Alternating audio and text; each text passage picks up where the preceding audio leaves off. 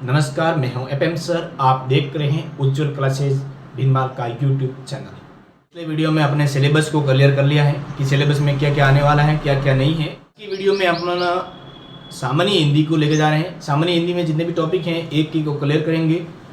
पहला टॉपिक अपना है संज्ञा।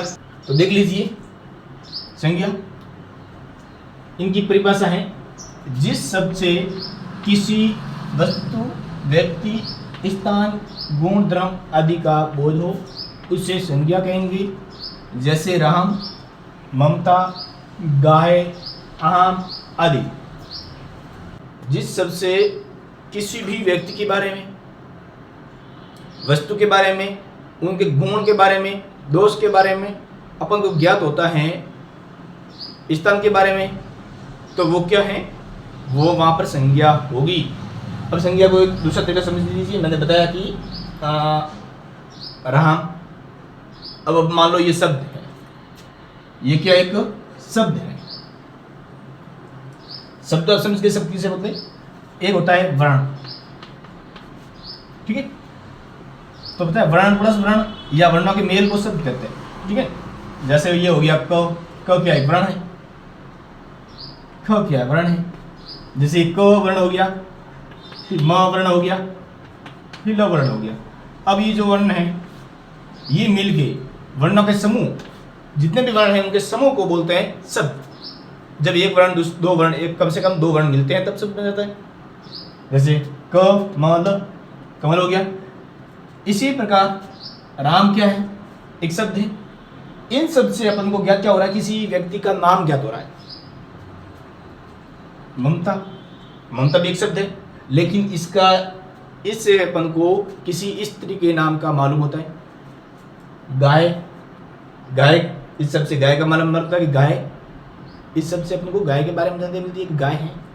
आम ये शब्द है, इससे आम के बारे में जानकारी मिलती है। तो कुल मिला ये है कि संज्ञा का आप समझना है, संज्ञा को ऐसे समझना है कि जिस शब्द से अपन को किसी वस्तु, व्यक्ति, स्थान, गुण, द्रव्य, दोष के बारे में मालूम होता हो, जिस शब्द से अपन को किसी वस्तु, व्यक्ति, स्थान, गुण, द्रव्य के बारे में ज्ञात होता हो, तो वहाँ पर क्या है, संज्ञा है। स्पष्ट है। अब मैं आपके सामने हूँ, पेन है, चौक मेरे पास में, ये क्या है, चौक संज्ञा है। पेन क्या है, संज्ञा है। डस्टर क्या है, संज्ञा है। बोर्ड क्या है, बोर्ड क्या है, संज्ञा है, ठीक है। ये प्रकार सब करके संज्ञा की श्रेणी में आता है। कुर्सी क्या है, संज्ञा है। टेबल क्या है, संज्ञा है। तो हमको इन शब्दों से अपन को इस व्यक्ति, वस्तु, स्थान के बारे में जानकारी मिलती है, उनके गुण धर्मों के बारे में जानकारी मिलती है, दोष के बारे में जानकारी मिलती है, वो क्या है, संज्ञा है। तो आप समझ गए होंगे कि संज्ञा क्या है। अब इसका मैंने उदाहरण भी दे दिया। अब उनके भेद होते हैं। संज्ञा मुख्य रूप से, टाइप्स ऑफ संख्या 3 प्रकार की होती है। मुख्य रूप से 3 प्रकार की होती है हिंदी व्याकरण के अनुसार। लेकिन कुछ विद्वान अंग्रेजी में संख्या होती है वो तो और जोड़ देते हैं, 5 प्रकार से मानते हैं। तो अपने हिंदी में भी सुविधा के अनुसार 2 और जोड़ देंगे। मुख्य रूप से 3 होती हैं। और जो इंग्लिश में, जो अंग्रेजी में संज्ञा होती हैं, उसमें एक तो समूहवाचक यानी समुदायवाचक या समूहवाचक, और एक होती है द्रव्यवाचक, द्रव्यमानवाचक। लेकिन अपने हिंदी में क्या होता है, इन दोनों को जातिवाचक के अंदर शामिल किया हुआ है। जैसे समुदायवाचक या समूहवाचक, जिसमें क्या होती है, काउंटिंग होती है। जैसे मान लो 10, 100, 200, एक प्रकार समूह से ज्ञात होता है, वो कि इसमें जाति में आ जाता है अपने पास में। लेकिन इंग्लिश में अलग होता है। इसलिए कुछ विद्वान 5 टाइप बताते हैं, कुछ 3 बताते हैं। लेकिन हिंदी व्याकरण के अनुसार मुख्य रूप से 3 टाइप्स होते हैं। वो 2 टाइप्स और भी पढ़ लेंगे, ठीक है। देखिए अब 3 टाइप्स कौन कौन से हैं। व्यक्तिवाचक संज्ञा, इसमें किसी एक वस्तु, व्यक्ति, स्थान के बारे में जानकारी मिलेगी अपन को, ठीक है। दूसरा होता है जातिवाचक संज्ञा, इसमें किसी एक ही समूह के, एक ही जाति के वस्तु के बारे में जानकारी मिलेगी, यानी एक ही समूह, एक ही जाति का ज्ञान होगा आपको। भाववाचक, इसमें उनके भाव, गुण, दोष वगैरह जो होगा वो इसमें अपन शामिल किया गया है। तो संज्ञा मुख्य रूप से 3 होती है, व्यक्तिवाचक संज्ञा, जातिवाचक और भाववाचक। तो एट टाइप्स ऑफ संज्ञा 3 प्रकार, जातिवाचक, व्यक्तिवाचक और भाववाचक। व्यक्तिवाचक, जातिवाचक, भाववाचक 3 होते हैं। अब तीनों को अलग अलग परिभाषित करेंगे। पहला ले लेते हैं अपना व्यक्तिवाचक संज्ञा।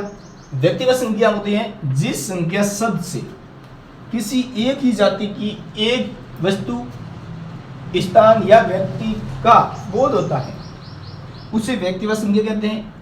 जैसे कमल, रमेश, रमा, जयपुर, गंगा आदि। अब इसमें क्या होता है व्यक्तिवाचक में,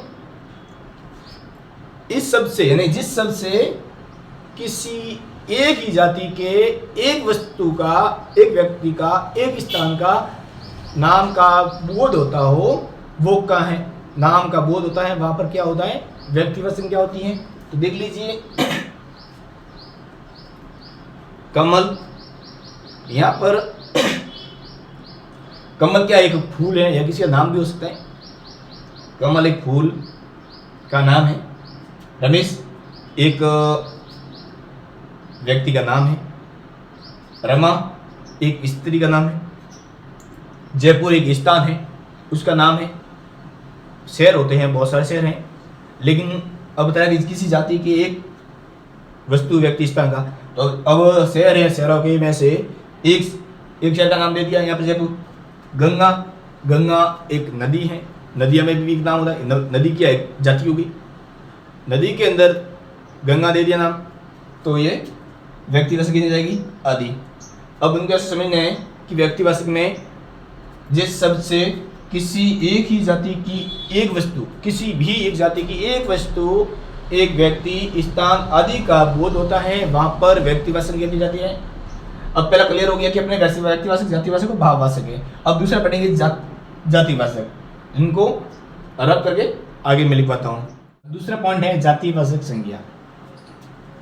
जिस संज्ञा शब्द से किसी एक जाति, एक वर्ग या समूह की सभी वस्तुओं का बोध होता है उसे जातिवाचक संज्ञा कहते हैं। जैसे पर्वत, नदी, नगर, पक्षी, फूल, देश आदि। अब इसको समझिए, यहाँ पर मैंने इंटरलाइन की है कि सभी वस्तुओं का बोध होना चाहिए। अब व्यक्तिवाचक में क्या था, किसी एक जाति की एक वस्तु का बोध होता है, किसी एक ही जाति की एक ही वस्तु का बोध होता है, वो तो व्यक्तिवाचक हो जाता है। अब इसमें क्या है, किसी एक जाति या वर्ग या समूह, किसी एक जाति है, एक वर्ग है, एक समूह है, उनकी सभी वस्तुओं का बोध होता हो, ऐसा शब्द जिससे उनकी सभी वस्तुओं को लेके आता है, वहां पर होता है जातिवाचक संज्ञा। उदाहरण के लिए पर्वत। अब देखिए पर्वत अपने आप में एक ऐसा शब्द है, इसको लिखते ही या पढ़ते ही अपने दिमाग में आता है कि बहुत सारे पर्वत, अलग अलग प्रकार के पर्वत, जैसे हिमालय पर्वत हो गया, कंचनजंगा पर्वत हो गया, यानी पर्वतों की श्रेणी आ जाती है। इसके अंदर जितने भी पर्वत हैं, पर्वतों का नाम है, वो शामिल हो जाते हैं, तो एक प्रकार का जाति होगी पर्वत। और इसके अंदर जितने भी पर्वतों का नाम है वो सभी शामिल आ जाते हैं। दूसरा है नदी, नगर, नगर कोई भी हो सकता है, जिससे अपन को एक ग्रुप का, एक समूह का ज्ञान होता हो, एक जाति के बहुत सारे वस्तुओं का ज्ञान होता हो, वहाँ जातिवाचक है। तो इसमें भी बहुत सारे वस्तुओं का ज्ञान हो रहा है अपन को, नदी हो रही है, नगर बहुत सारे हैं। पक्षी, पक्षी में जितने भी पक्षी हैं वो सब आ जाते हैं। फूल, अब ये फूलों की साइडिंग फिर करेगा, फूलों का समूह, ग्रुप, अलग प्रकार के फूल होते हैं वो। देश यानी कंट्री, इन देश, जितने भी देश हैं उनको एक निजी, मतलब उनको समग्र रूप में व्यक्त कर रहा है, कोई भी देश हो सकता है यहाँ पर, ठीक है। तो ये हो गया जातिवाचक संज्ञा। अब समझेंगे भाववाचक। भाववाचक में क्या है, जिस संख्या शब्द से किसी पदार्थ के गुण, जिस संख्या शब्द से, अब अपना संज्ञा शब्द से कहते हैं, संज्ञा की परिभाषा समझी थी। संज्ञा शब्द से किसी पदार्थ के गुण, दोष, धर्म, अवस्था, भाव, विभिन्न व्यापार आदि का बोध होता है, उसे संज्ञा, भाववाचक संज्ञा कहते हैं। जैसे मिठास, बुढ़ापा अवस्था हो गई, लिखावट, बचपन, दुख, भय, ये सब गुण, दोष, धर्म के भाव, अवस्था, भाव ये हैं। चौथा प्रकार होता है समुदायवाचक या समूहवाचक, ग्रुपवाचक। अब देखो इसमें आपको समुदायवाचक या समूह है वो जातिवाचक में मालूम हो गया होगा, पर्वत, नदी, पक्षी ये आ जाता है, ठीक है। तो समूह में भीड़ आ जाती है, कक्षा आ जाती है, दूसरा होता है द्रव्यवाचक संज्ञा, जिसमें तेल हो गए, घी हो गए, इन्हें पानी वगैरह हो गया, द्रव्य वाली वस्तु है वो इसमें आ जाती हैं। तो ये द्रव्यवाचक वस्तु हो गई, द्रव्यवाचक संज्ञा हो गई और समुदायवाचक संज्ञा हो गई। ये दोनों केवल इंग्लिश व्याकरण के समान है, लेकिन फिर भी आपकी सुविधा के लिए आपको ध्यान में होना चाहिए कि अपने दो और भी होते हैं। वैसे मोस्टली 3 ही होते हैं, 3 ही को पढ़ना है अपन को। अब मैं आपको इन तीनों के बारे में अलग से लाएंगे, कौन सी संज्ञा किसको है, नाम लिखेंगे, फिर आपको उसकी पहचान करनी होगी कि संज्ञा है, कौन सी संज्ञा है, जातिवाचक है, व्यक्तिवाचक या भाववाचक है। अभी मैं आपके सामने लिखूंगा। अब इसमें संज्ञा के कुछ उदाहरण आपके सामने मैं लिखूंगा और आप भी बताने का प्रयास करेंगे कि इसमें कौन सी संज्ञा है। ठीक है, सबसे पहले मैं लिख लेता हूँ व्यक्तियों के नाम।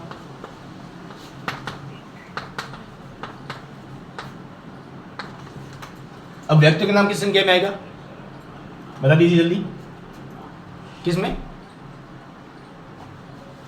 करेक्ट, व्यक्तिवाचक में।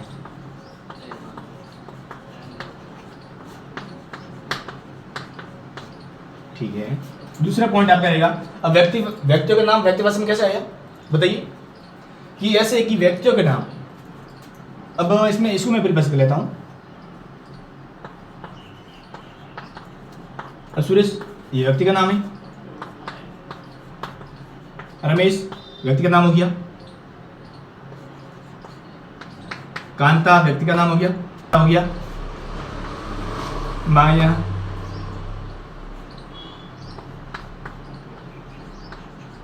तेजल,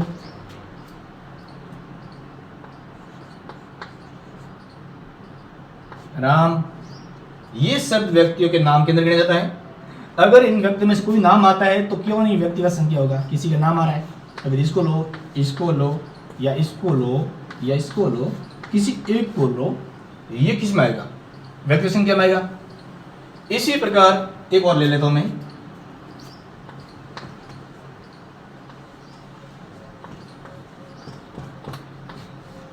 मित्रता। अब बता दीजिए मित्रता किस में आएगी, बता दो।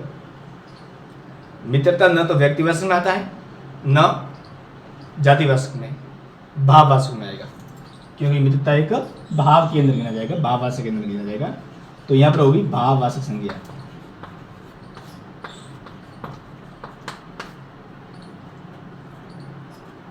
तीसरा मैं एक ले लेता हूं,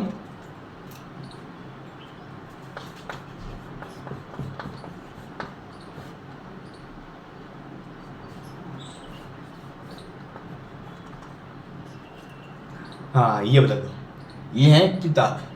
किताब व्यक्तिवाचक है, जातिवाचक है या भाववाचक है, किस में आएगी किताब? अच्छा ठीक है, किताब आएगी, वो आएगी जातिवाचक में। कैसे आएगी ये बताऊंगा अभी।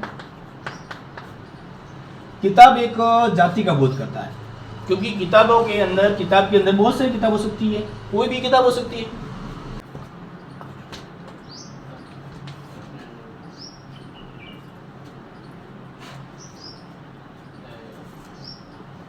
अपना जालोरी ले लेते हैं।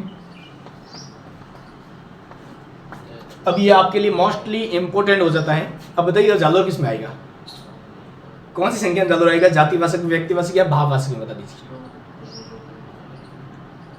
जल्दी बताइए। हाँ जालोर आएगा, जल्दी से कमेंट कीजिए।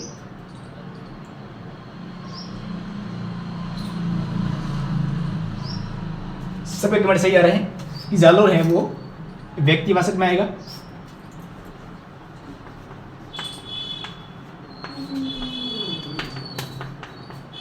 जालोर आएगा व्यक्तिवाचक संख्या में, क्योंकि जालोर एक किसी एक नगर का नाम है, किसी एक स्थान का नाम है। इसी प्रकार आप कोई भी स्थान ले लीजिए, मैं ले लेता हूं जीवाणा। जीवाणा भी एक स्थान है, तो जीवाणा भी व्यक्तिवाचक में आएगा। अब मैं स्पष्ट थोड़े शब्द ऐसे बता देता हूं, जैसे कि कुर्सी, जो बैठने की होती है कुर्सी, वही, वो किस में आएगी, वो आएगी जातिवाचक में, क्योंकि कुर्सियों की एक श्रेणी हो जाती है। टेबल, टेबल भी जातिवाचक में आ जाएगा। सॉक्स जातिवाचक में। पेन जातिवाचक में आ जाएगा। पेन बहुत सारे अलग अलग कलर भी होता है, पेनों के अलग अलग नाम भी होते हैं, लाल पीली नीली अलग प्रकार की पेनें होती है। इसके अलावा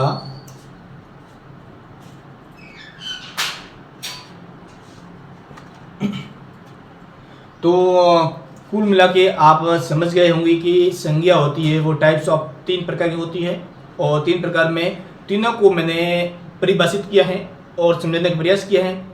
आप समझ गए होंगे, अगर नहीं समझे तो बता देना, मैसेज कर लेना। और ऑफलाइन वाले तुम भी थोड़ा ज़्यादा समझने का प्रयास करें। आपका बैच रेगुलर चल रहा है, कर्मयोगी बैच चल रहा है। तो संज्ञा टॉपिक आज पूरा हो गया है। आज का अपना टॉपिक पूरा, कल नया टॉपिक लेंगे।